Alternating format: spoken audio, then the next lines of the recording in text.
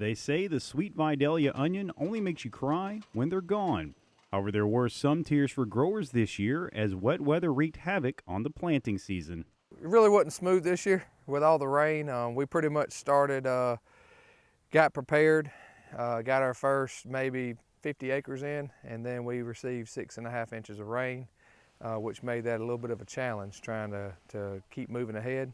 These untimely rains caused plenty of stopping and starting in the fields. That meant cramming the entire planting season into a couple of weeks. So we would basically work the dirt for 4 days and then plant for 2, and then it would rain again. So we had to condense our whole planting season, which usually, if it doesn't rain much, it usually takes us around 25 to 30 days to finish. We were basically trying to do that in about 10 days when you really looked at the whole thing. From November 1st to pretty much January 1st, we had 31 days with a measurable rain event. So that gave us a little headache during the planting season. But all things considering, right now I think the crop looks pretty good considering all it went through at the early part of the season.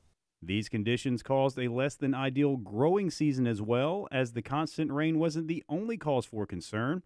Unlike the previous few years, temperatures dropped well below freezing, which has delayed the maturity.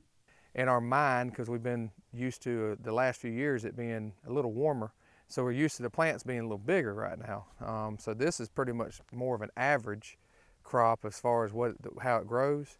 That mixed in with the wet soil and the colder soil, you know, we want it to be further along than what it is, but you know, we had to keep looking at the calendar and realizing it's just now the 1st of February, so we'll be okay. We've had a little bit of a cooler, wetter soil, so that's probably, you know, maybe slowed us down a little bit. They're probably not as growing quite as fast as they have in the last couple of years when we've had a little bit warmer weather than we have right now. But that won't slow down harvest season from quickly approaching, which means farmers must be diligent in the final couple of months.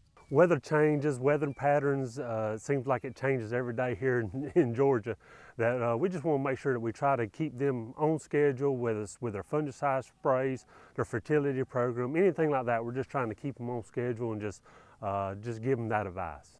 So with all that being said, what can consumers expect from this year's crop? I don't think the crop will be as huge as it has been the last couple of years because of the season being a little different. The rain at first, a little bit colder winter, or experiencing a little cooler temperatures. So it may not be quite as big, but I think that we're going to have plenty of volume and plenty of quality that we need to be able to supply to our customers. Reporting from Toombs County, I'm Damon Jones for the Farm Monitor.